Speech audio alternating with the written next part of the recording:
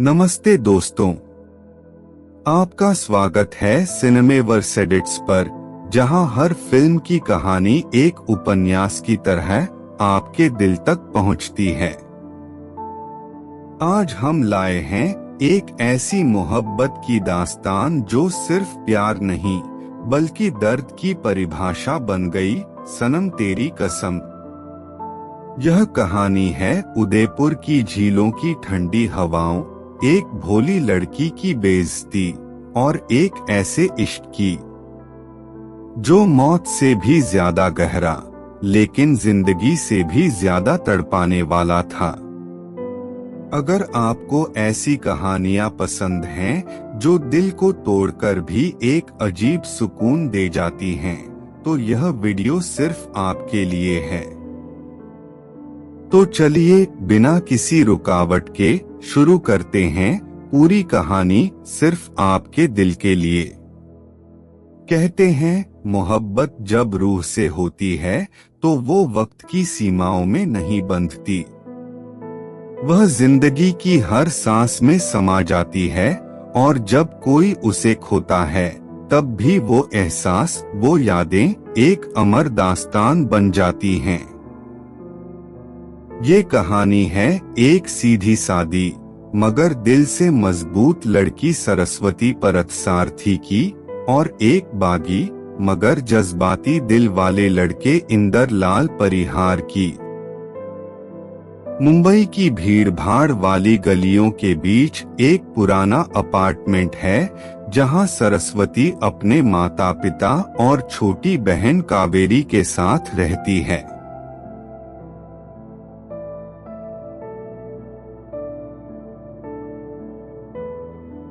सरस्वती एक पारंपरिक दक्षिण भारतीय परिवार से है। वह संस्कारों से बंधी हुई, शर्मीली और परिवार की इज्जत के लिए सब कुछ सहने वाली लड़की है।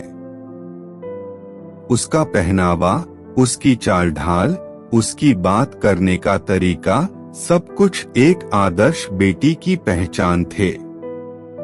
वह एक लाइब्रेरी में काम करती है और किताबों की दुनिया में ही अपने सपनों का संसार बसाती है। पर एक समस्या है, जब भी उसके लिए रिश्ता आता है, लड़के वाले उसे बहुत साधारण। उसी अपार्टमेंट की ऊपरी मंजिल पर रहता है इंदर, एक टैटू आर्टिस्ट, लंबा चौड़ा, लंबे बाल, गहरे नशीले आँखों वाला और हमेशा एक पेग व्हिस्की हाथ में लिए हुए। उसे देख लोग अक्सर कहते, ये लड़का तो बर्बाद हो चुका है। मगर कोई नहीं जानता था कि इंदर की बर्बादी के पीछे एक गहरा राज छुपा है। वह अपने परिवार से टूट चुका है, अपने छोटे भाई की मौत का खुद को जिम्मेदार मानता है और उसी गलती के बोझ तले जीता है। बाहर से सख्त मगर अंदर से बेहद संवेदनशील इंदर एक ऐसे इंसान की मिसाल है जो खुद को हर रोज सजा देता है। सरस्वती और इंदर का आमना सामना तब होता है जब सरस्वती अपनी बहन की शादी के लिए अच्छा रिश्ता खोजने की कोशिश में एक पार्टी में जाने का मन बनाती है। उसे खुद में बदलाव की जरूरत महसूस होती है। उसके माता-पिता की सलाह पर वह इंदर से मदद मांगने जाती है कि वह उसे थोड़ा मॉडर्न लुक दे ताकि उसे रिजेक्ट न किया जाए। इंदर पहले तो हंसता है मगर फिर वह उसकी आंखों में छुपा दर्द देखता है और बिना कुछ कहे मदद करने को राजी हो जाता है। वह उसे मेकओवर देता है और पहली बार सरस्वती अपने आप को आईने में देखकर हैरान रह जाती है। वह पार्टी वाली रात कुछ ऐसा होता है जो दोनों की जिंदगी बदल देता है। सरस्वती को उसके नए लुक में देख सभी चौंक जाते हैं। मगर उसकी बहन कावेरी को लगता है कि उसकी दीदी उससे लाइमलाइट छीन रही है। नाराज होकर वह पार्टी से बाहर चली जाती है।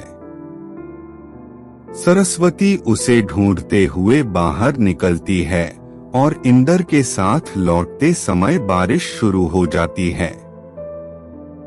वह दोनों इंदर के फ्लैट में रात बिताते हैं, बिना कुछ गलत किए, सिर्फ भीगने से बचने के लिए। मगर अगली सुबह मीडिया और मोहल्ले में खबर उड़ जाती है कि सरस्वती ने अपनी मर्यादा खो दी है। उसके उसे कोई सहारा नहीं देता सिवाय इंदर के। वह उसे अपने घर में पनाह देता है।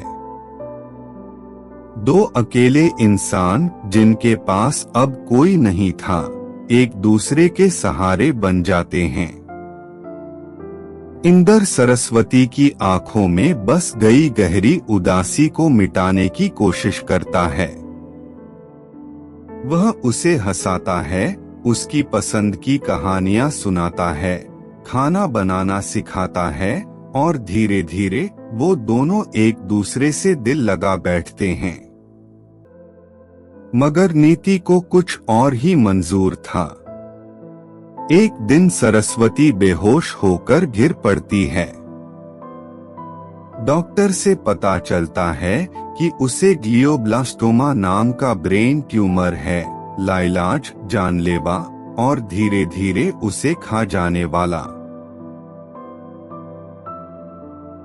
सरस्वती इस सच्चाई को सबसे छुपा लेती है, यहाँ तक कि इंदर से भी। वह चाहती है कि इंदर उसके बगैर जीना सीखे, इसलिए वह उसके प्रति कठोर हो जाती है। वह कहती है, तुम्हें मेरी जरूरत नहीं इंदर, मैं तुम्हारी जिंदगी का बोझ नहीं बनना चाहती। मगर जब इंदर को यह सच पता चलता है, वह टूट जाता है। वह हर हाल में सरस्वती के साथ रहना चाहता है। वह उसे मनाता है, समझाता है और उसकी आखिरी ख्वाहिश पूछता है। सरस्वती बस इतना कहती है, मैं मरने से पहले दुल्हन बनना चाहती हूँ। इंदर उसकी यह ख्वाहिश पूरी करता है। एक छोटे से मंदिर में बिना किसी शोर शराबे के दोनों शादी कर लेते हैं। सरस्वती की माँ, जो पहले उसके खिलाफ थी, अब बेटी को विदा करती है, आंसुओं और दुआओं के साथ। शादी के बाद इंदर हर दिन सरस्वती को एक नई जगह घुमाने ले जाता है, उसके लिए छोटे छोटे सरप्राइज प्लान करता है। वे किताबों की दुकानों में जाते हैं, चाय की दुकानों पर बैठते हैं और रात में छत पर लेटकर तारों की गिनती करते हैं। मगर समय रुकता नहीं। एक रात सरस्वती की हालत अचानक बिगड़ जाती है। बारिश हो रही होती है, बिजली चमक रही होती है और इंदर उसे अस्पताल ले जाने की कोशिश करता है, मगर बहुत देर हो चुकी होती है। सरस्वती की सांसें इंदर की बाहों में थम जाती हैं, उसकी आंखें खुली होती हैं और होठों पर हल्की सी मुस्कान होती है। उसने अपने आखिरी क्षण उस इंसान के साथ बिताए जिसे वह अपनी जान से भी ज्यादा चाहती थी। सरस्वती की मौत के बाद इंदर पूरी तरह टूट जाता है, मगर वो जानता है कि सरस्वती उसे कमजोरी में नहीं देखना चाहती थी। वह उसकी अस्थियां लेकर उसी लाइब्रेरी के पास फूलों के बगीचे में बिखेरता है, जहां वह पहली बार मुस्कुराई थी। वह उसकी याद में हर साल उस दिन वही किताबें खरीदता है जो सरस्वती को पसंद थीं। और जब कोई उससे पूछता है, क्या तुम अब भी उससे प्यार करते हो, वह बस मुस्कुराता है, आंखों में आंसू लिए कहता है, इश्क मुकम्मल नहीं होता, मगर वो अधूरा रहकर भी जिंदगी को मुकम्मल कर देता है। सनम तेरी कसम। दोस्तों, अगर इस कहानी ने आपकी आंखों को नम और दिल को भारी कर दिया, तो समझिए कि सनम तेरी कसम ने अपना असर दिखा दिया। क्योंकि यह सिर्फ एक फिल्म नहीं, बल्कि उन अनगिनत दिलों की आवाज है, जो समाज के डर से अपने सच्चे प्यार को खो बैठते हैं। अगर आपको ये कहानी पसंद आई हो, तो लाइक जरूर करें, ताकि हमें और भी दिल छू लेने वाली कहानियां लाने का हौसला मिले। कमेंट करके बताइए, क्या सरस्वती ने सही किया?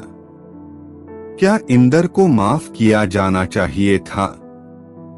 सब्सक्राइब जरूर करें, ताकि अगली कहानी आपसे कभी छूट न जाए।